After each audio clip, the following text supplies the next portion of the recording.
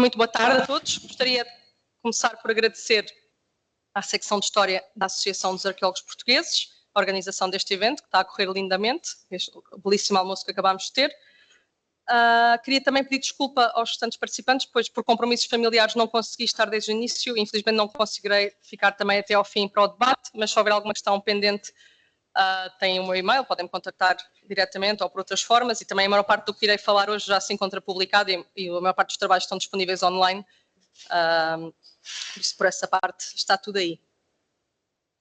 Dividi a minha comunicação em 3 partes, uma breve introdução sobre a questão da arqueologia rural enquanto área de investigação, uma síntese dos resultados que tivemos sobre o povoamento rural alto-medieval, depois o que me pediram para vir fazer, que é no fundo uma síntese sobre o povoamento rural alto-medieval a partir do que temos feito no norte do Alto Alentejo, e se o tempo permitir, que conforme digo isto dou conta que não pus a funcionar o cronómetro, portanto agora sim, se conseguir deixar tempo que chegue para o fim, gostaria de voltar a fazer também uma reflexão sobre os trabalhos para o futuro e no fundo como é que outras formas que podemos entender esta arqueologia rural. Então, eu gostaria de começar por dizer que tenho muita pena que a professora Catarina Tente não esteja aqui hoje, naturalmente foi convidada pela associação, mas não pôde estar presente porque se encontra na reunião do Comitê da Rurália, que é provavelmente a associação internacional mais relevante dedicada à arqueologia da vida rural e da qual ela é atualmente presidente, e acho que este de facto por si só reflete bem a relevância que ela tem neste campo. Mas o motivo pelo qual estou a assinalar esta ausência, além das óbvias questões de afinidade, por ter sido ela que me introduziu no estudo da Alta Idade Média e em particular no gosto pelo mundo rural, é porque a unidade curricular que ela apresentou para efeito das suas provas de agregação em março de 2024 foi precisamente a arqueologia rural.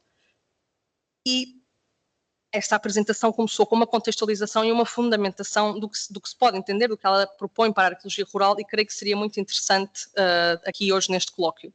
Eu não irei reproduzir essa argumentação, mas gostaria apenas de recordar, vários de vós que falasteis antes já fizeram menção a algumas destas ideias, mas que esta arqueologia rural pode ser entendida como uma disciplina que engloba conceitos operativos da arqueologia da paisagem, também da arqueologia agrária, como é conhecida na tradição historiográfica espanhola, e que inclui naturalmente estudos dos espaços produtivos, mas também das estruturas habitacionais, dos espaços funerários, e no fundo podemos dizer que se trata de uma análise dita holística aos sistemas de povoamento e a sua relação com a paisagem nas suas diferentes vertentes, como também estava aqui um pouco patente no texto de apresentação do próprio colóquio, e que certamente terão também falado na apresentação, que infelizmente não pude estar. Eu gostava também de lembrar que o desenvolvimento da arqueologia medieval enquanto área científica, e em particular da alto medieval, esteve também muito relacionada com a análise dos contextos e das sociedades rurais. Portanto, do ponto de vista metodológico e do ponto de vista teórico, esta é uma relação também que me interessa e que também se reflete na maneira como tenho dirigido e como tenho analisado estes contextos e abordado estas temáticas. Mas, pessoalmente, o que realmente me move para investigar a arqueologia rural é poder dar visibilidade a estas comunidades do passado sobre as quais as fontes escritas quase nada dizem, mas cujas memórias continuam de algum modo lavradas nos afloramentos rochosos, nas veredas, nos muros de pedra seca. Depois tinha aqui um tópico que era para desenvolver, mas eu acho que vou lê-lo diretamente, que é menos elites, mais pessoas. É o que para mim significa isto da arqueologia rural. Passando agora especificamente para a área que tenho trabalhado, já disse ao professor André Carneiro, comentámos já que havia muitas coisas que foram já referidas na sua apresentação, e acho que não é coincidência, porque olhando diretamente para os títulos das nossas comunicações, uma é ameaças e desafios e outra é desafios e problemáticas, e eu acho que estando a trabalhar no Alentejo, em especial no Alto Alentejo, é muito difícil não olhar para a arqueologia rural desde a perspectiva dos desafios. E lá está, aí tentarei voltar no final, porque agora vamos falar sobre a parte do que é que temos vindo a ver para a Alta Idade Média, mas para mim no fundo é isto, é olhar para estas comunidades que vemos aqui a dar visibilidade a uma série de membros da sociedade, que englobaria a maior parte das pessoas em muitos períodos históricos, na Alta Idade Média seguramente era assim, e tentar fazer uma história diferente, que inclui outros tipos de narrativas, que inclui outro tipo de vivências, mas depois também tentar trazer isso para o presente e ver como é que nos pode servir agora e como é que nos pode permitir chegar mais longe. Quando começámos a tentar abordar esta questão da Alta Idade Média, o ponto de partida foram, como tem sido noutros territórios, a questão das sepulturas escavadas na rocha, que já sabemos em várias zonas dos territórios peninsulares, que é o marcador arqueológico mais reconhecível para as comunidades rurais, são as sepulturas escavadas na rocha, por questões de preservação, por questões de visibilidade, é aquilo que se identifica mais facilmente. E a nossa investigação começou por aí, mas estes levantamentos, como bem sabemos, levam-nos até onde nos podem levar. Enfim, é tentar reconstruir o mundo dos vivos a partir apenas das estruturas funerárias tem sérias limitações, principalmente quando consideramos que este tipo de sepulturas, a maior parte das vezes, se encontram vazias. Portanto, o que nós queríamos, numa fase posterior, era tentar encontrar os espaços dos vivos e os espaços produtivos e tentar perceber coisas tão simples como a questão cronológica. Quando esta investigação começou, o primeiro projeto que a englobou tinha um intervalo cronológico do século V ao XII.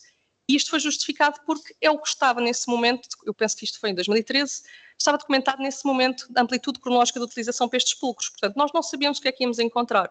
Nós tínhamos algumas ideias com base nos paralelos para outros territórios, mas as experiências que tinha tido recentemente nos territórios da Beira, precisamente nas escavações da Catarina Tente, em contextos com sepulcros rupestres, o que tinha sido identificado eram contextos do século IX, X e XI. Portanto, não sabíamos onde, sabíamos que estávamos na Alta Idade Média, não sabíamos exatamente onde é que íamos bater. Onde é que escavamos? Isto é um tipo de estrutura que se vê muitíssimo bem em superfície e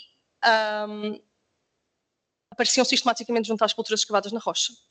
Mas, né, e é verdade que se olhássemos para os contextos de Alqueva, dos quais vamos ouvir falar melhor daqui a bocadinho, sabíamos que existiam estruturas altomedievais, estruturas pós-romanas, estruturas tardias, construídas em pedra com este tipo de plantas, coisas retangulares, coisas com compartimentos, portanto não era impossível que fosse altomedieval.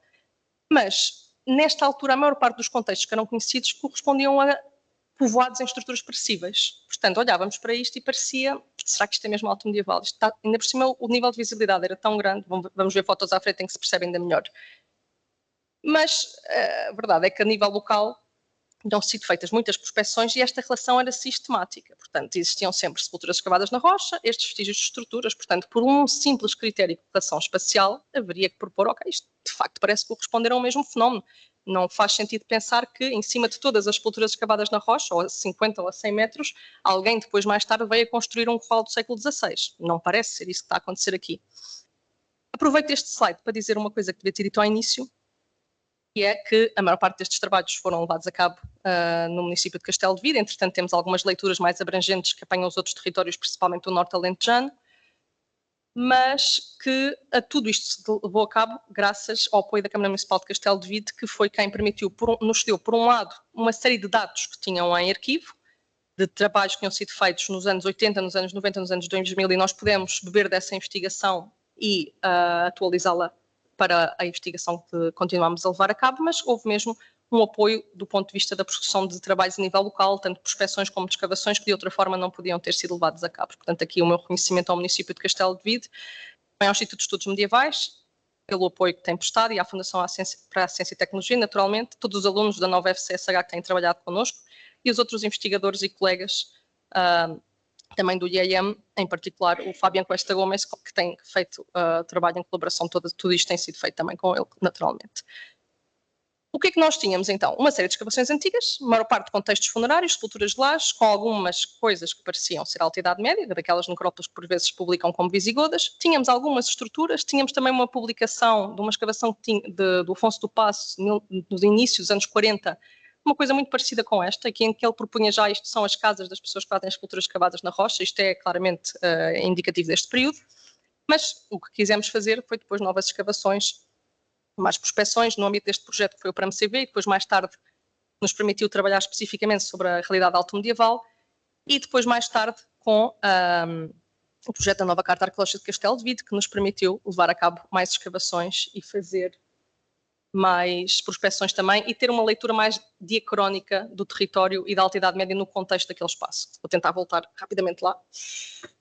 Apenas um destes croquis do que se via em superfície, sepulturas escavadas na rocha, restos de muros.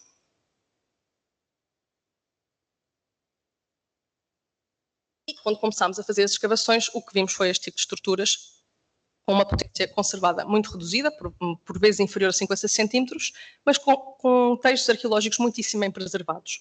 A maior parte da estrutura ruía para dentro.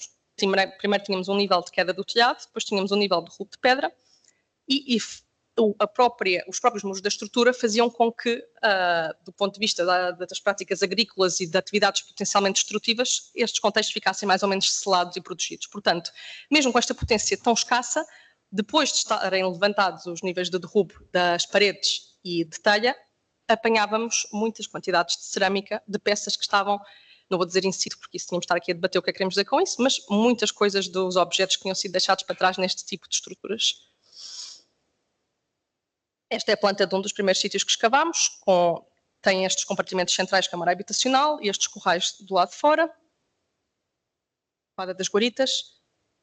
No interior havia um espaço de lareira, havia cerâmica de uso comum, cerâmica doméstica, cerâmica para preparar e para consumir alimentos, portanto o que esperaríamos encontrar dentro de uma casa. Do ponto de vista da cultura material, logo à partida podíamos dizer que, enfim, isto já não são peças romanas, mas também não apareciam introduções tecnológicas que esperaríamos ver depois no período islâmico. Não há uma introdução massiva do torno rápido, há outras coisas. Portanto, por exclusão de partes, mesmo antes de conseguirmos fazer as primeiras datações radiocarbónicas, parecemos estar aqui neste período inicial da Alta Idade Média. Não vou alongar muito, temos um artigo especificamente sobre isto, apenas dizer que num contexto formal altamente heterogéneo, em que não há duas peças iguais, portanto é uma produção de cerâmica a nível local quase doméstica, com alguns intercâmbios, as telhas não têm esse comportamento. As telhas são bastante homogéneas e a nossa proposta, isto é um artigo de 2018, a nossa proposta é que há uma distribuição a nível regional de trabalhadores itinerantes que vão aos espaços habitados e que fazem esta produção e esta distribuição de telhas, mas não tenho tempo para desenvolver isto agora. A maior parte dos objetos são cerâmicos, há muito poucos vestígios metálicos. A nossa proposta é que a maior parte das pessoas, a maior parte das coisas metálicas, as alfaias, o tipo de objetos mais difíceis de obter terão sido levados quando as pessoas abandonam estes espaços, mas a cerâmica, as peças de cerâmica são deixadas para trás. E é isso que nós encontramos quando reconstruímos quando escavamos estes contextos. Também, naturalmente, os moinhos manuais, este tipo de peças, açoiros relacionados com a cardação produção têxtil. Há muitas pedras de afiar, mas poucas facas, portanto dá mesmo essa sensação que as peças metálicas terão sido levadas. Esta é uma proposta de reconstrução de um destes edifícios domésticos, mas havia outro tipo de questões que nós queríamos ainda resolver quando falávamos sobre isto, que era a questão dos pesos de lagar. Os pesos de lagar apareciam sistematicamente junto a estas esculturas escavadas na rocha também, mas a ideia que havia na altura é que estes pesos de lagar estão deslocados, ou estes pesos de lagar são da época romana, ou estes pesos de lagar são modernos até, ou contemporâneos, enfim, lagares de vara ainda existem, ainda funcionam, e era uma realidade até com este tipo de mecanismos de parafuso. Portanto, isto não vai ser alto medieval. Na Alta Idade Média as pessoas não vão estar a fazer lagares desta envergadura.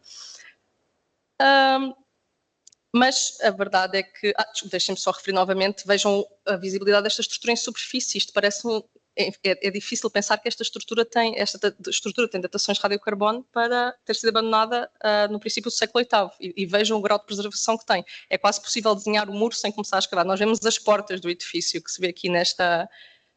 As pedras altas que marcam as entradas são visíveis, completamente visíveis em superfície. Mas lá por baixo o contexto está muitíssimo bem preservado.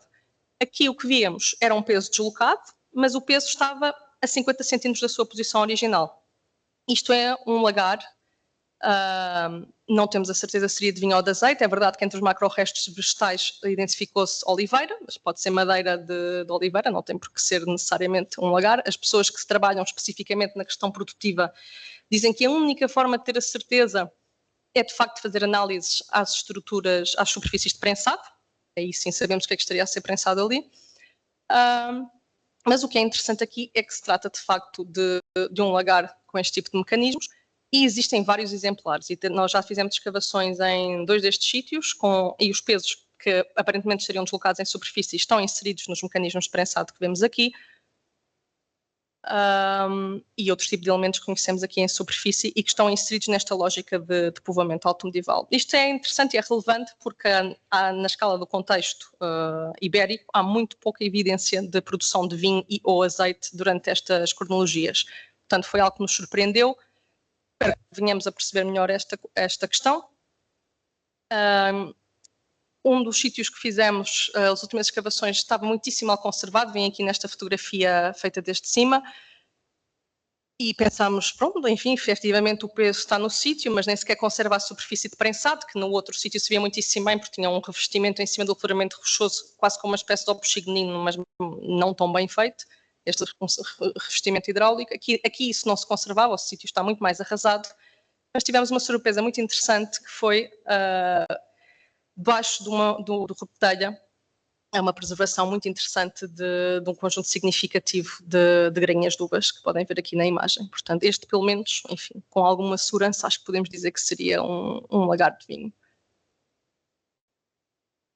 Quando olhamos para estes contextos, vemos que as casas são todas muito parecidas em termos de tamanho, vemos que a cultura material é toda muito homogénea, temos muito poucos indícios daquelas coisas que nós costumamos dizer que são elementos de prestígio, portanto, estas contas de colar, estas peças em bronze, estas peças em cobre. Mesmo assim, nós propomos que a presença, ainda que ocasional, deste tipo de peças e, principalmente, a produção que nós propomos que seja excedentária deste vinho e deste azeite, nos permite interpretar que estas comunidades rurais estão inseridas em dinâmicas mais abrangentes, que alguém está a captar estes produtos para fora. Esta é a nossa proposta aqui.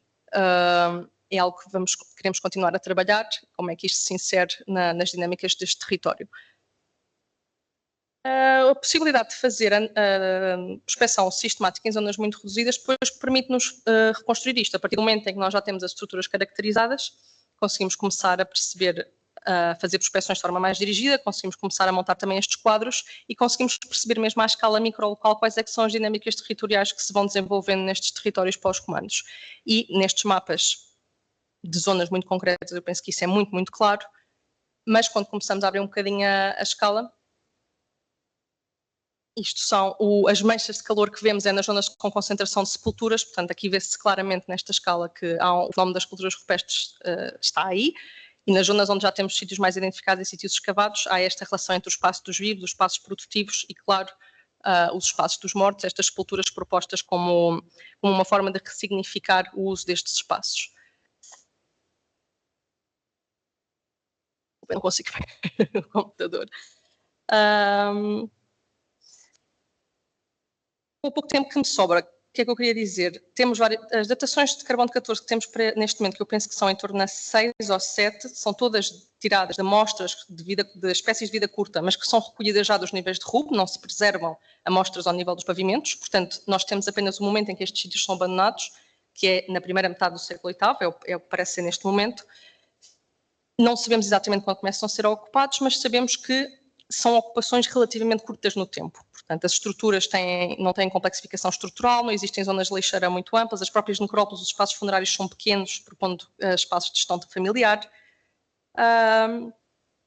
Mas o que nos diz quando vemos estes lagares face a outras propostas de outros métodos para produzir vinho e azeite, como vimos já aqui alguns exemplos, e que a Yolanda Penha Cervantes refere-se a isto como as produções invisíveis, que são todas aquelas formas que existiram no passado de produzir vinho e azeite, que não deixam uma evidência material clara e que pode ser feito de forma muito fácil. Um lagar de vara, um lagar de vara destes com mecanismo de parafuso, é um investimento considerável. Estas casas de pedra são um investimento considerável. Portanto, embora estas granjas tenham sido ocupadas durante um período aparentemente curto de tempo, a nossa proposta é que há um investimento grande por trás disto e que em algum momento, quando se começa a investir nesta reconstrução da paisagem, não há uma ideia que isto vai ser algo ocupado por uma ou duas gerações, há uma ideia que isto é algo para continuar. Por algum motivo não continua. Houve aqui uma redefinição das dinâmicas territoriais, que também é algo que queremos vir a explicar. Mas temos aqui uma série de limitações do ponto de vista do registro arqueológico. Praticamente não se preserva material orgânico, só em sítios muito específicos, porque só neste sítio onde temos as grainhas é que há evidências de um nível de incêndio, a maior parte dos sítios são abandonados, não há processos destrutivos. Isto, portanto, em termos de processos formativos e de preservação dos contextos arqueológicos, não são processos muito lentos, portanto, os materiais orgânicos nestes solos tão ácidos não se conservam.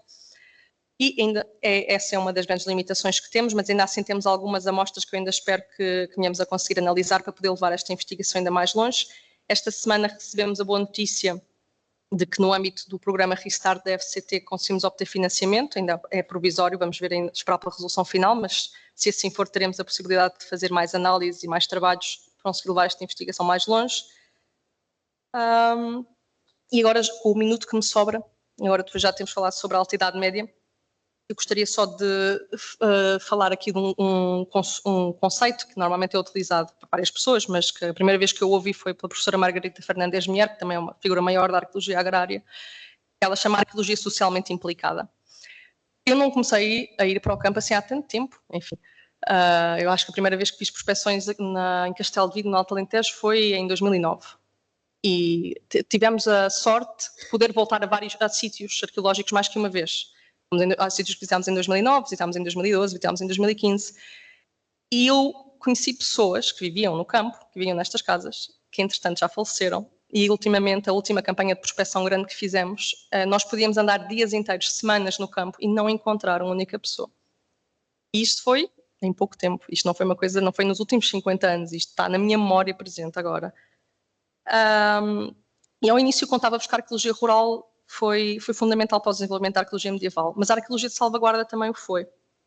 E quando nós olhamos para estes territórios cada vez mais esvaziados, as pessoas cada vez mais descontentes, é muito difícil estar a trabalhar aqui e não pensar que papel é que a arqueologia pode desempenhar face a estes desafios sociais. Será que pode desempenhar algum papel? O André Carneiro falava-nos antes da Horta da Torre como um farol num território complexo também. Eu acho que esses exemplos são notáveis e é claro que quem está lá vê que poder fazer trabalho continuado no mesmo sítio consegue ter impacto, consegue que as pessoas tenham outra visão do património, mas também acabem por ter outra visão delas próprias, e nós vemos isso também, a arqueologia como uma forma de empoderar também estes territórios desfavorecidos. Mas nós só conseguimos começar a perceber a complexidade social, especificamente das comunidades rurais altomedievais, com intervenções de grande envergadura, realizadas na região de Madrid, precisamente no contexto da arqueologia de salvaguarda.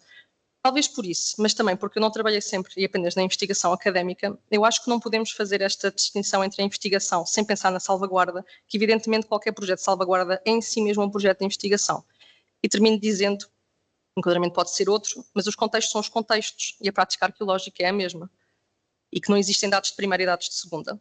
E assim, perdoem-me a ousadia, mas talvez seja a altura de ultrapassar estas dicotomias e reconhecer também os colegas que estão nas frentes de obra, aquela que eu gosto de chamar a arqueologia de infantaria, que é a primeira linha de ataque para encontrar o património, muitas vezes, que de outra forma não chegamos lá, mas também os arqueólogos na esfera local e na retaguarda, nos organismos tutelares. E se queremos continuar neste contexto e perceber o que é que há do futuro da arqueologia rural, o passado das paisagens rurais, mas o futuro do espaço rural, temos que encontrar dinâmicas que incluam tudo isto. E assim termino. Muito obrigada.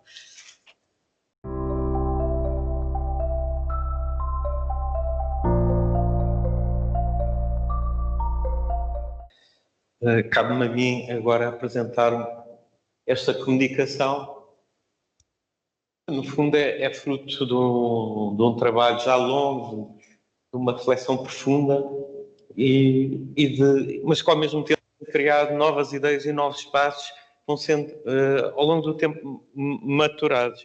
Às vezes a disponibilidade e a possibilidade até de desenvolver certos aspectos é difícil devido à vida complexa que todos nós fazemos, mas ao longo do tempo nós acabamos por contextualizar e visualizar as questões, às vezes enquadrando-as de uma forma mais até complexa para perceber casos locais mais específicos e concretos do nosso trabalho. Uma escavação, por vezes, reúne alguma cultura material, mas ela tem que ser contextualizada dentro de um espaço mais amplo, e daí que aqui se tente criar uma ideia que tem a ver com esta contextualização dentro do que seriam as paisagens rurais após o designado Império Romano, e o colapso dessas estruturas se teria ou não implicado uma ruptura destas paisagens europeias, que é uma questão problemática. Continuidade, transformação, o que é que se passou entre a Antiguidade Tardia e a Idade Média? Eu penso que muitos destes trabalhos que já foram apresentados aqui ao longo do dia procuram dar algum tipo de resposta relativamente a isto. E dentro deste enquadramento será que o troço médio do Guadiana, que é o caso que eu estudo, pode ser comparável com outras regiões marginais do Império Romano? E será que podemos comparar isto com outros dados da Espanha Central, do sul da Gália, da Itália? No fundo, há aqui uma procura de tentar entender se há a gramática arquitetónica europeia da casa rural, por exemplo, pós-romana. Neste sentido, já foi também hoje aqui abordada a discussão ou aflorada a questão do abandono das vilas e da nuclearização em aldeias, a revisão crítica que tem sido feita em Espanha destas questões, havendo a persistência de explorações familiares dispersas, na Gália com diversificação precoce de soluções de habitat rural, na Itália com a coexistência de continuidades arquitetónicas e novos modelos camponeses. Então, aqui neste contexto, o troço médio do Guadiana é um caso que não cabe nem no modelo de colapso, nem no modelo de continuidade plena, comparativamente a estes que vimos aqui a abordar. Tendo presente que a investigação tem vindo a abandonar para a Gália meridional a continuidade densa, reconhecendo uma transição que se traduz numa paisagem menos povoada, marcada pelo desaparecimento de grandes explorações e pela persistência de habitats camponeses de pequena escala. Em muitas regiões, os sítios altomedievais são menos numerosos, menos visíveis, estruturalmente mais simples do que os seus antecedentes romanos. Esta transformação corresponde a uma retração do espaço ocupado e não a uma simples mudança de formas arquitetónicas. Tal como acontece no Guadiana, a arquitetura vernacular durável não traduz continuidade económica, mas uma adaptação em contexto de baixa densidade populacional. Na Itália, tradicionalmente vista como um espaço de maior continuidade, estudos recentes mostram que o mesmo aí a transição pós-romana é marcada por forte contração demográfica fora dos centros urbanos. Entre os séculos V e VIII, muitas áreas rurais apresentam sinais de abandono prolongado ou de ocupação muito esparsa, com reaproveitamento seletivo de espaço e consolidação de economias domésticas autossuficientes. A persistência de técnicas construtivas simples e de arquiteturas pouco complexas é hoje interpretada como uma resposta racional a um contexto de menor pressão populacional e redução das redes de troca, não como sobrevivência passiva do mundo romano. Esta leitura é diretamente transponível para o nosso caso de estudo no troço médio do Vale do Rio Guadiana. E o que é que nós temos aqui?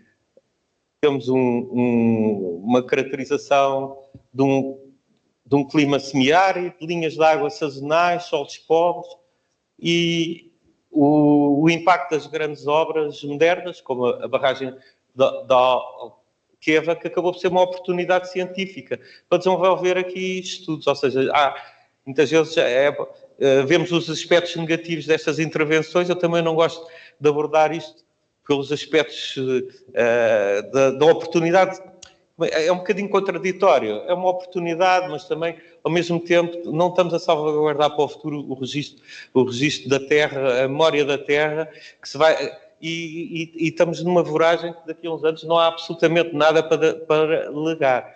Mas, neste caso, a gente tem que entender que houve aqui um cuidado, foi criterioso, houve aqui uma procura, ao longo de vários anos, de fazer prospeções sistemáticas, de conhecer bem este território, talvez seja dos territórios mais bem estudados do país, com a maior densidade de sítios, porque realmente é das áreas mais conhecidas, e aqui foi possível fazer uma investigação de pequenos sítios, pequenos habitats domésticos, arquitetura pouco monumental, funcional, resiliente ao longo dos séculos, mas para o qual existe um problema que é a invisibilidade destas comunidades nos textos, na historiografia tradicional, não nos permite ter outro conhecimento a não ser aquele que nos é dado pela cultura material. E isso leva-nos aqui à questão da arquitetura, dos materiais, a organização doméstica.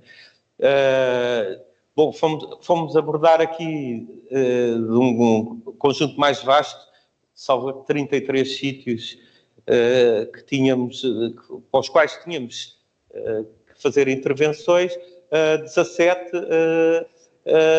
estava muito destruída por lavras profundas que removeram os níveis arqueológicos até à rocha. Tal questão que já foi aqui também hoje várias vezes abordada, que tem a ver com a mecanização, a alteração do método de cultivo acabou, com a mecanização, acaba por destruir sistematicamente estes sítios arqueológicos. Apenas 6 sítios apresentavam, que são os sítios que estão ali na cartografia, apresentavam condições para estudo: Cabeçana 4, Espinhaço 7, Monte Roncanito 10, Espinhaço 4, Monte Roncão 10 e Espinhaço 5. Estavam sobretudo números em quartzo e xisto e cerâmica muito fragmentada. Aqui o sítio Cabeçana 4 é o conjunto mais completo. É o que se encontra em melhor estado de conservação, apresenta várias fases construtivas, tinha um núcleo inicial com eixos estruturantes, corredor de circulação e fases posteriores com muros adoçados e técnicas menos cuidadas, mas não apresentou, ou pelo menos não conseguimos identificar nas estruturas preservadas, estruturas de combustão. O comportamento maior foi interpretado como sendo uma área de armazenamento. Os muros tinham uma espessura entre 60 centímetros a 1 metro, paredes mistos, sobretudo xisto e quartzo, e tendo em conta a cerâmica que foi identificada e exumada no local, teria tido uma ocupação entre o século V e VIII e um abandono rápido no final do século VIII. O Espinhaço 7 é um sítio que sofreu uma destruição muito acentuada, correspondia a uma estrutura com cerca de 19 metros quadrados, os muros também tinham uma dimensão similar ao Cabeçana 4 e integravam um conjunto de núcleos habitacionais junto à mesma linha d'água. E essa linha d'água, curiosamente, que atualmente será sazonal, noutros períodos provavelmente teria corrido, e eu estou a pensar na Idade do Ferro, que também, curiosamente, havia aqui uma dicotomia, havia muitos sítios e com grandes áreas da Idade do Ferro junto a esta linha d'água, e é um sítio que se encontrava, então, devido à erosão natural e agrícola, um sítio muito, muito destruído. O Monte Roncanito 10 corresponde a uma ocupação já mais tardia, do século IX ao XI e correspondia a um conjunto de 3 núcleos de ocupação simultânea que se encontravam numa plataforma alongada e que deveriam corresponder digamos, a funcionalidades distintas, uns de armazenamento, eventualmente outros de transformação, mas temos poucas sugestões, poucos indícios materiais para além desta suposição que resulta desta articulação que nós entendemos. E seria então um edifício com vários compartimentos, dos quais apenas na altura só conseguimos escavar um e era correspondente a um ambiente mais ou menos com 13 metros quadrados e onde se concentrava praticamente todo o esforço. Bom, a arquitetura e os materiais, a arquitetura está muito relacionada também com estes materiais, com a utilização do xisto, do quartzo, da terra crua, a ausência de pavimentos, quase total ausência, eram raríssimos, e apresenta comparação com outras regiões da Espanha Central e da Extremadura, onde empregavam soluções construtivas, arquitetónicas similares. Já não aparenta ter a mesma similitude com o sul da Gália, mas haveria aqui também lógicas funcionais equivalentes. Estes materiais sugerem que a utilização de tecnologias mais simples procuravam uma ocupação mais rápida e eficiente do território na criação dos habitats. Teria a ver também com a questão de haverem habitats que seriam de ocupação muito limitada no tempo e outros que tenderiam a ter ocupações mais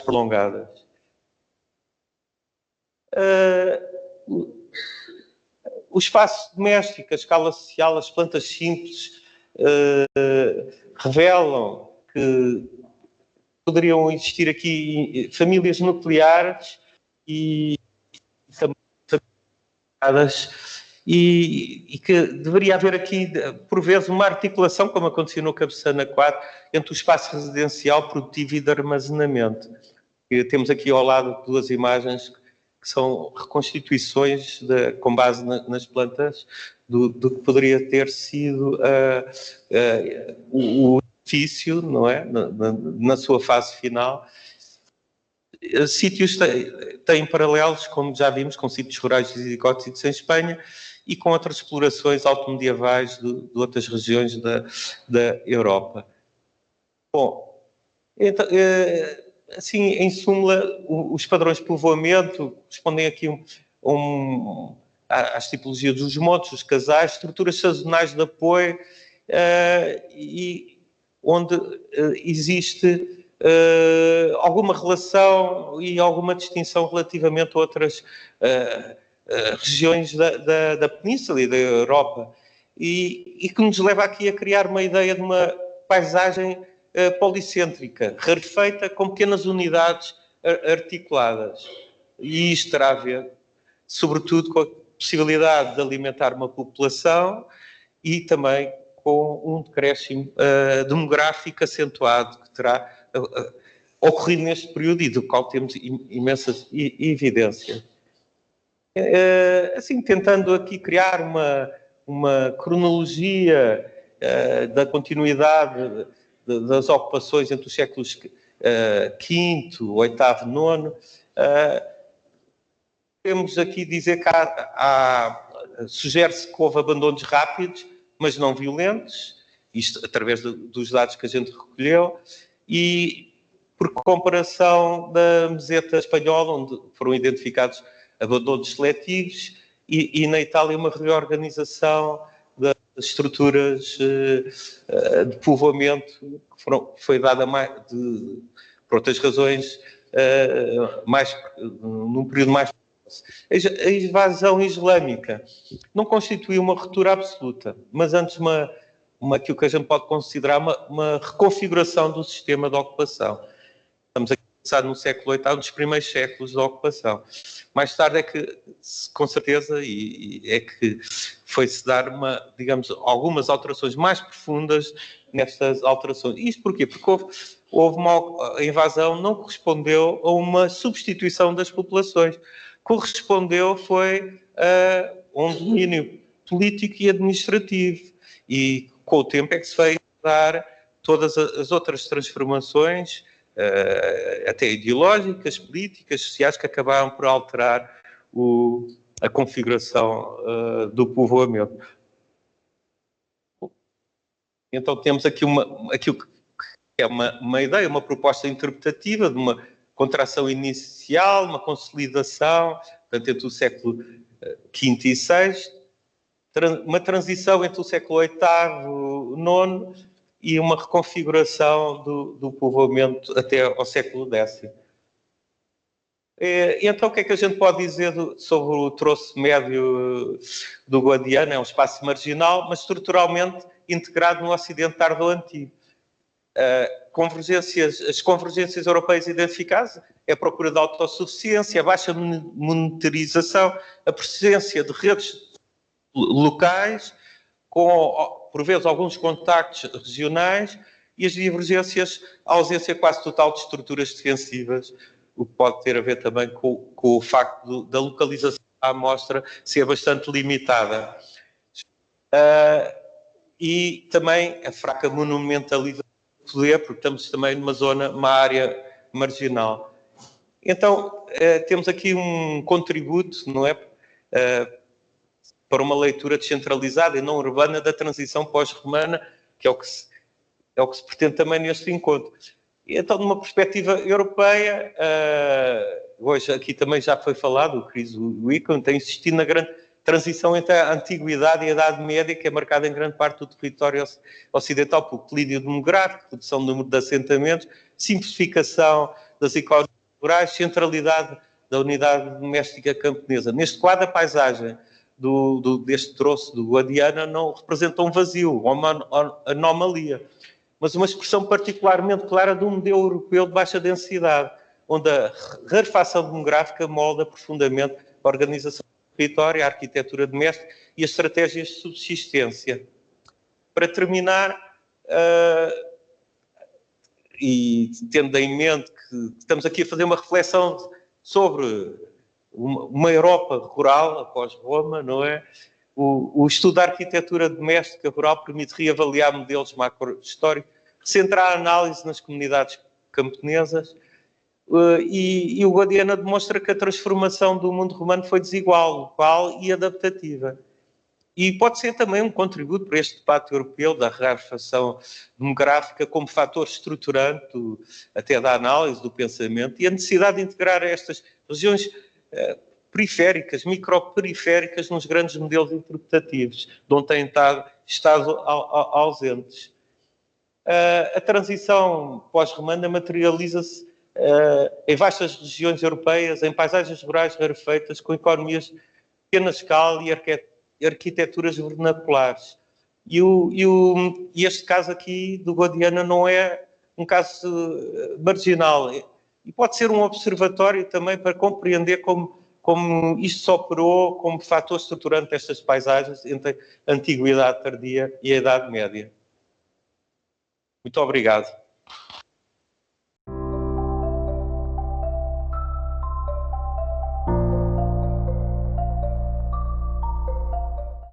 Boa tarde a todos. Antes de mais, queríamos agradecer o convite à organização e à secção de História da Associação de Arqueólogos Portugueses para estarmos aqui presentes. Iremos então falar sobre o povoamento rural no Garba al-Andalus, estado de investigação e desafios metodológicos. No início do domínio islâmico, as enfraquecidas cidades do Garba al-Andalus ficaram desconexas do seu território rural, onde se desenvolveram estruturas de povoamento de diversas tipologias e dimensões, sem articulação nem hierarquia definida entre elas. Neste contexto, eram especialmente relevantes os recursos de que as comunidades rurais dispunham, completamente condicionados pelo nicho ecológico em que se assentavam. A evolução destas comunidades rurais ao longo de mais de 5 séculos, em algumas áreas, foi muito grande. Os povoados sofreram uma clara tendência à concentração em alcarias de maiores dimensões. Desenvolveram-se novas formas de aproveitamento de recursos, especialmente os agrícolas, naquilo que tem vindo a denominar-se a Revolução Verde. Recuperaram a sua articulação com as cidades em cujo alfoz se inseriam e, através delas, integraram-se nas redes económicas do Mediterrâneo do ocidental em geral. Este panorama de partida carece de estudos pormenores regionais e locais que o confirmem e caracterizem os territórios. A arqueologia rural no Garba al-Andalus sofre do atraso de que, em geral, padecem os estudos islâmicos em Portugal. O grande desenvolvimento dos finais do século XX e inícios deste século viu-se fortemente reduzido nos últimos anos. Em contrapartida, os dados disponíveis têm aumentado exponencialmente nas 2 últimas décadas, mas carecem de publicação, sistematização e síntese. Desde o ponto de vista metodológico, um dos principais problemas é o caráter apenas preventivo das intervenções arqueológicas realizadas neste âmbito, que raras vezes são publicadas e os materiais estudados, ou se o são, ocorrem apenas parcelarmente. Apenas contamos com relatórios que descrevem as ocorrências pouco contextualizadas em relação ao seu território e sem análise das paisagens e dos recursos que serviriam as comunidades protagonistas dos achados arqueológicos. Nestes 2 mapas, obtidos através do geoportal do Portal do Arqueólogo, numa pesquisa por período medieval islâmico, que inclui sítios urbanos e rurais a nível nacional, obtém-se um resultado bastante esclarecedor da concentração de sítios no sul do país, com incidência no Baixo Alentejo e Algarve. E aqui há vários fatores que levam a estas evidências. Primeiro, porque desde a zona do Val do Tejo até ao Algarve corresponde sensivelmente à zona do Garba al-Andalus, com maior presença islâmica. Depois, porque os trabalhos de investigação nos anos 80 e 90 do século XX e 2000 se centraram sobretudo na zona sul. E, por fim, um aumento exponencial do acompanhamento e escavações arqueológicas no âmbito dos trabalhos de Alqueva, que abrangem uma grande área de vários concelhos, e também os projetos de florestação de pinheiros, projetos de painéis solares e que geraram um aumento, e as medidas também de minimização de impacto de caráter preventivo aplicados em obra que envolvam movimentações de terra com o objetivo de salvaguardar e registar ocorrências arqueológicas. Iremos agora referir alguns dos estudos pormenores regionais e locais que caracterizam os territórios, o povoamento, a paisagem, as produções cerâmicas, o comércio, as áreas de influência e as continuidades, tanto em teses de doutoramento, trabalhos de escavação e prospecção arqueológica, com destaque para trabalhos mais recentes, sem entrarmos numa exaustão no tema, remetendo uma referenciação mais alargada para um futuro artigo. Na zona entre Montego e Santarém, destaque para a tese de doutoramento de Marco de Brato, concluída em 2024, com o tema Entre Tejo e Mondego nos séculos VI a XVI, povoamento e cultura material no espaço disputado. Na zona de Sintra, no Alto da Vigia, sob a direção de Alexandre Gonçalves, foram postas a descoberta um conjunto de salas, existindo em duas delas um mirabe, pertencente a um ribado que ali teria sido construído para a defesa da costa. Para além dos espaços de oração, foram encontrados silos escavados na rocha para armazenamento e uma necrópole islâmica. A sul do Tejo, a Península de Setúbal, nomeadamente da região de Palmela, teve início em 96, a primeira escavação no Alto da Queimada, sob a responsabilidade da investigadora Isabel Cristina Fernandes, com campanhas posteriores entre 1999 e 2005, onde se constatou que estava na presença de um povoado islâmico, uma alcaria. O território de Alcácer do Sal foi alvo de uma dissertação recentemente de doutoramento intitulada Organização do Território no Sudoeste do Garbo Al-Ândalus, Povoamento Rural e Paisagens Fortificadas na Cura de Alcácer do Sal, por Marta Leitão, em 2023. Na zona de influência do Alqueva, destacam-se os números de acompanhamento e escavações dos blocos de rega, os trabalhos no Val do Guadiana, apresentados agora aqui por o João, na sua tese de doutoramento, o povoamento rural no troço médio do Val do Guadiana, entre a Antiguidade Tardia e a Idade Média, em 2016, onde o mesmo constatou uma continuidade de ocupação dos povoados rurais desde a Antiguidade Tardia até ao período imiral. Na zona de Beja e Serpa têm sido inúmeros os trabalhos de arqueologia preventiva e de escavação arqueológica no âmbito dos trabalhos dos blocos de rega, da Alqueva e das novas plantações. Destacamos os trabalhos de Teresa Nunes da Ponte, na transição entre a Antiguidade Tardia e o período islâmico. Há também uma série de teses de mestrado sobre a ocupação rural islâmica do Baixo Alentejo, sobretudo da zona de Beja e concelhos limítrofes, como consequência dos intensos trabalhos arqueológicos das intervenções de arqueologia de salvaguarda realizadas no âmbito do empreendimento de fins de múltiplos de Alqueva. Estes trabalhos permitiram perceber que o povoamento era muito mais denso e complexo do que aquilo que se pensava. Em Mértola, destaque para os trabalhos pioneiros do professor Cláudio Torres, posteriormente os trabalhos de Miguel Rego, com o primeiro levantamento para a Carta Arqueológica, as prospecções e escavações de James Boone, com incidência no período islâmico, e a realização de escavação no Cerro das Oliveiras e Alcaria Longa, no final dos anos 80 e início dos anos 90. Posteriormente, os trabalhos de síntese de Santiago Macias e, mais recentemente, os trabalhos de prospecção arqueológica para a Carta Arqueológica e para a sua tese de doutoramento de Maria de Fátima Palma. Em Almodóvar destaca-se o Isno de Castelo de Mesas do Castelinho, onde se realizaram intervenções entre 2013 e 2012 por Amical Guerra e Carlos Fabião, constatando-se uma ocupação naquele sítio desde a Idade do Ferro até ao período islâmico, designadamente durante o Califado e Reino de Taifas, conforme comprovam os materiais aí exumados. Trabalhos de arqueologia preventiva, através de intervenções arqueológicas nos Ocariais do Guerreiro e Almodóvar, revelaram um conjunto de habitações com pátio central e cujo espólio exumado possui uma datação entre os séculos IX e XIII. No Algarve Oriental, Helena Catarini, no âmbito da sua tese de doutoramento, realizou prospecções arqueológicas que lhe permitiram fazer um levantamento do povoamento rural disperso pelo território, desde a Antiguidade Tardia até a Reconquista Cristã da região, traçando a sua evolução no espaço e tempo. Efetuou ainda escavações arqueológicas nas alcarias e fortificações rurais do Castelo Velho de Alcotim, Paderne, Salir, Relíquias e também do Val do Boto, em Castro Marim.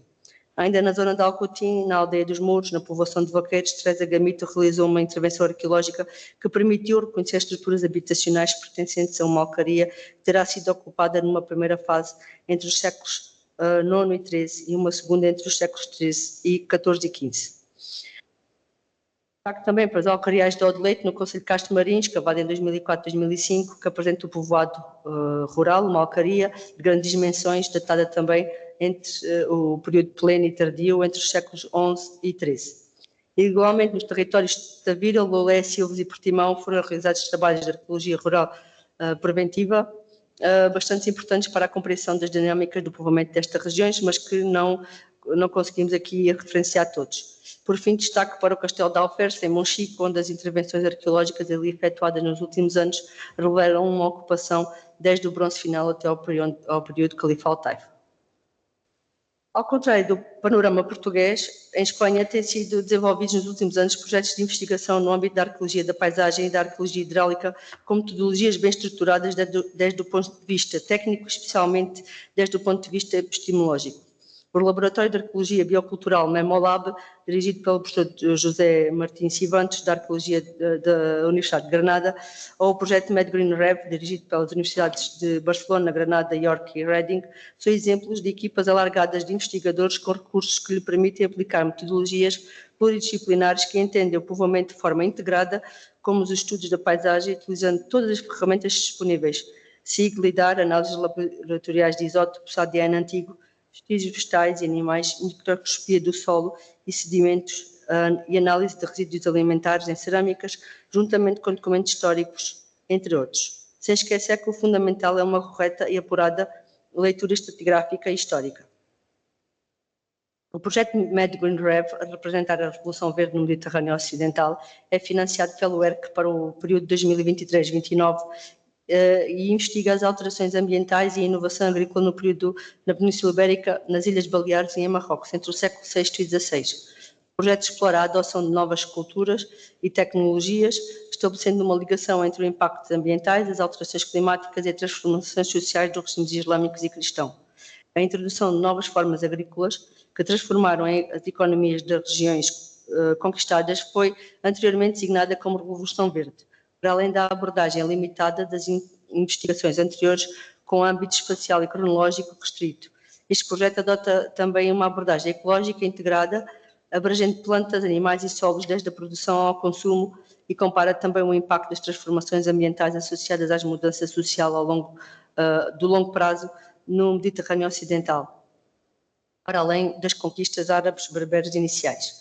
Um dos aspectos mais interessantes deste postulado é a sua forte e empenhada militância na preservação do património cultural das comunidades camponesas, num profundo e sistémico compromisso com valores ambientais e de promoção de um desenvolvimento rural sustentável.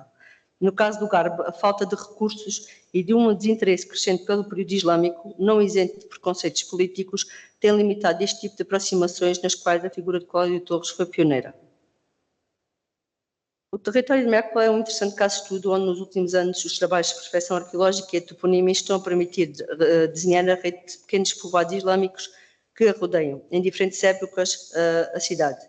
As escavações arqueológicas, tanto da cidade como de alguns dos núcleos rurais identificados nas prospecções, fornecem dados mais precisos de como evoluiu o povoamento rural, quais os recursos que o sustentavam, a redistribuição de manufaturas e de comércio que marcaram as relações económicas e de poder entre a cidade e o seu território rural.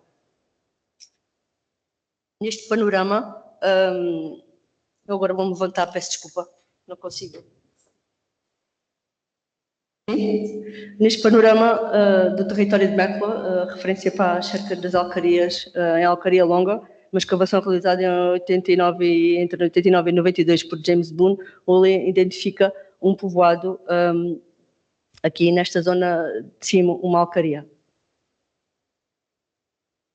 Temos utilizado no território de Mécola uma metodologia que aplica, sobretudo, uma interdisciplinar, integra todo o povoamento rural e o estudo ecológico e territorial da paisagem. Também uma análise desta paisagem na sua totalidade, numa perspectiva de longo prazo, tentando reconstruir os modelos de povoamento, sobretudo para a época medieval.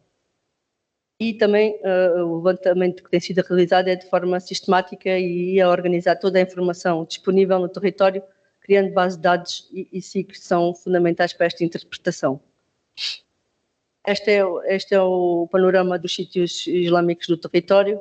Iremos agora mostrar alguns casos. Por exemplo, a Alter da Bufenha são sítios arqueológicos, alcarias em altura e com bastantes materiais à superfície, como é possível ver aqui, mas que se implantam em sítios normalmente junto a cursos de água, aqui em baixo, e que terão utilizado estes recursos não só em época islâmica, mas também na longa duração, e que são sítios que têm sempre uma permanência até à atualidade, são zonas de horta e que, no meados do século XX, terão implantado aqui o poço, a nora e o tanque também para esta irrigação destas zonas. A quantidade de material à superfície é bastante considerável. Aqui outro sítio, João Calado, que também é um sítio, uma alcaria, numa pequena altura, também junto a um curso de água, e que atualmente esta zona também é a zona de horta, com a horta, o poço e a nora, transformando e adaptando o espaço também às realidades de cada época, e aqui a quantidade de estruturas e também de materiais entre o século XI e o século XIV são bem visíveis. O Cerro das Oliveiras, nos Namorados, é também um sítio com uma grande alcaria, com um grande espaço de implantação do povoado. Este tem uma conexão direta visual para Mértola e também com algumas importações e com uma fixação aqui da população entre o século IX e o século XII. Vamos falar-vos agora mais especificamente de um sítio que estamos a fazer um projeto desde 2021, que é o sítio da Mesquita. Nós temos um projeto com a Universidade de Granada e financiado pelo Ministério da Cultura e Desporto de Espanha, uma intervenção arqueológica na cerca das Alcarias, que já é a 5ª campanha, este ano esperamos fazer a 6ª, e que se localiza aqui a aldeia, e nós temos aqui a zona da Ermida e depois a zona do povoado de Alcaria. Aqui, e destaque para a proximidade ao rio Guadiana e aqui nesta zona a Ribeira do Bascão. Este sítio já era conhecido de várias prospecções anteriores, nomeadamente do Miguel Rego, e também pela recolha de alguns elementos arquitetónicos no exterior e também no interior da Ermida. É um sítio que foi inicialmente identificado como sendo de antiguidade tardia, mas que agora, mais recentemente, com estas intervenções, temos vindo a datá-lo a partir do século IX, até por comparação e paralelos com estas colunas que também existem em Córdoba. A Ermida tem algumas visitações, as fontes escritas falam da Ermida a partir de 1482, mas aqui o destaque é para em 1535, ela é referida ainda como Nossa Senhora da Mesquita. E também este topónimo Mesquita por nos remeter para uma estrutura religiosa neste local. Da aldeia também existem alguns elementos nas paredes das casas mais antigas, como estes elementos, estas colunas aqui nesta fachada. O início da escavação começou com uma área aberta ao início, aqui na zona da frente da Ermida, e nas laterais com sondagens.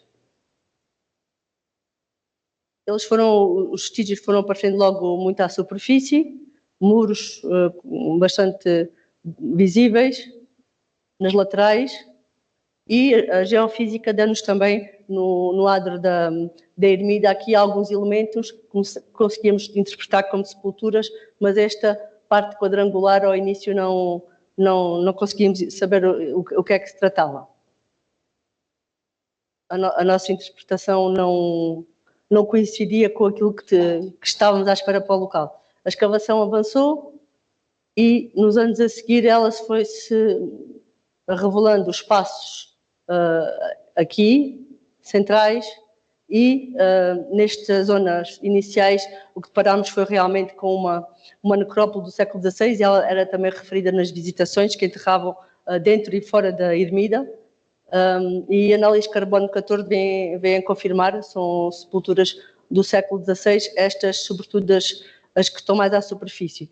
Depois detectámos também uma necrópole mais antiga, já escavada na rocha, e esta vem-nos a revelar uma datação que nós não estávamos à espera, pensávamos que era antiguidade tardia, até pela tipologia, mas e também aqui neste compartimento, por exemplo, escavámos este pequeno buraco que se encontrava aqui escavado na rocha e encontramos um crânio, e isso levou-nos a pensar que existiria aqui uma necrópole mais antiga.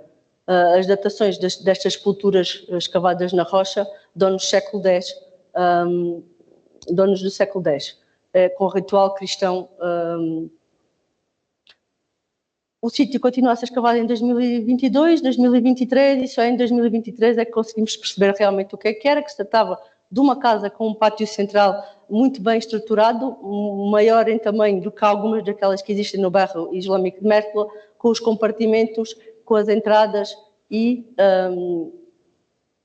esta é a planta da casa e o pátio central, a escavação do pátio, teria uma zona para uma árvore de frutos, escoamento das águas, os pavimentos em lajes xisto, muito comuns no que é o sul do território, a zona de lareira aqui e esta que são, reparem, um muro assente nas lajes de uma sepultura. Toda a casa que nós vimos anteriormente está assente nesta necrópole datada do século X. Nós temos as datações das sepulturas, já foram exumados vários indivíduos, os mais recentes então do século XVI e os mais antigos do século X. A proposta que fazemos é uma casa aqui, com o pátio central e as estruturas, os compartimentos adjacentes, a zona da entrada, uma outra casa que estará por baixo da ermida e uma terceira casa que está aqui. Para vos mostrar rapidamente os materiais, eles aparecem, são do século XII, corda seca, igual àquela que aparece em Mértola. O povoado está muito perto do rio e sofre essas influências e beneficia do comércio que se realiza no rio e tem poder para comprar esses materiais que chegam à cidade.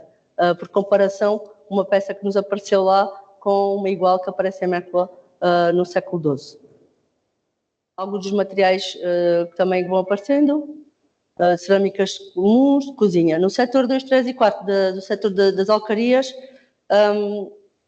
peço desculpa, escavamos aqui nesta zona do setor 2, 3 e 4.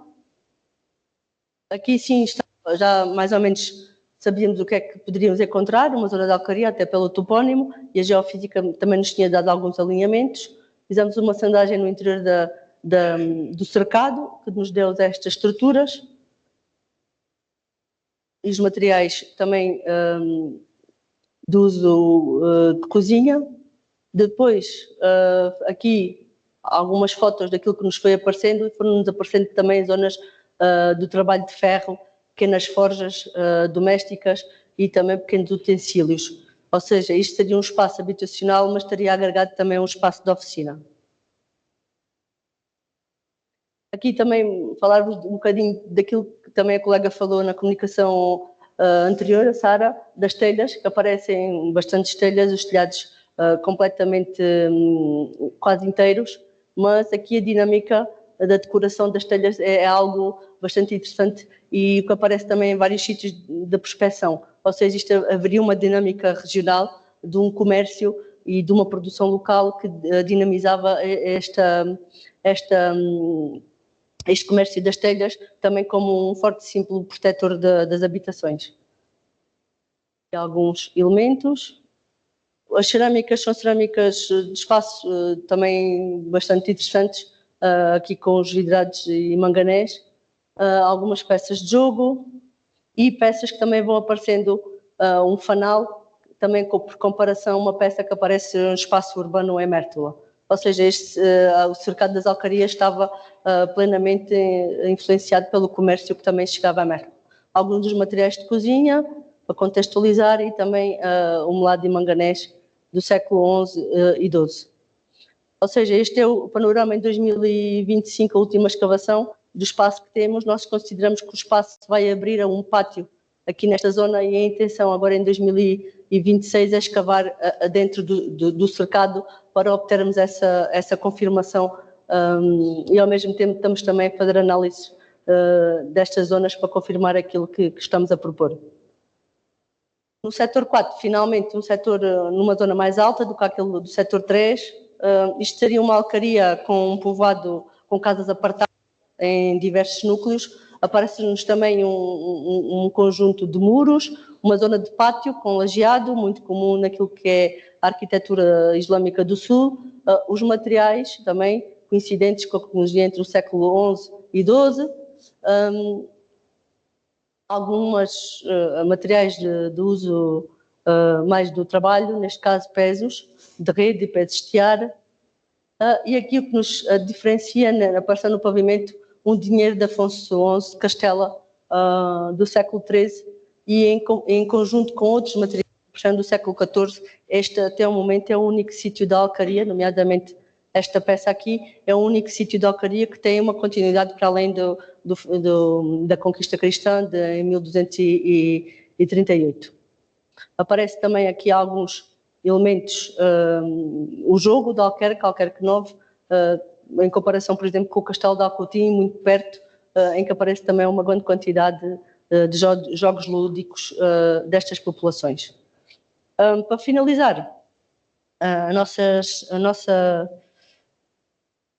o nosso pensamento é que esta sequência de estudos regionais e micro-regionais consideramos que são fundamentais para o período islâmico e que se devem centrar, sobretudo, na importância da gestão dos recursos, que é isso que faz a fixação das populações, e que é fundamental também a preservação deste património rural, que é também identitário, e nestas regiões onde nós vivemos, sobretudo na zona de Mértola, que está cada vez mais despovoada, a arqueologia pode ser um fator de turismo e de trazer pessoas, e também um fator de incentivo para a fixação de novas pessoas neste território, aproveitando aquilo que é a arqueologia como socialmente um benefício para a comunidade. Muito obrigada.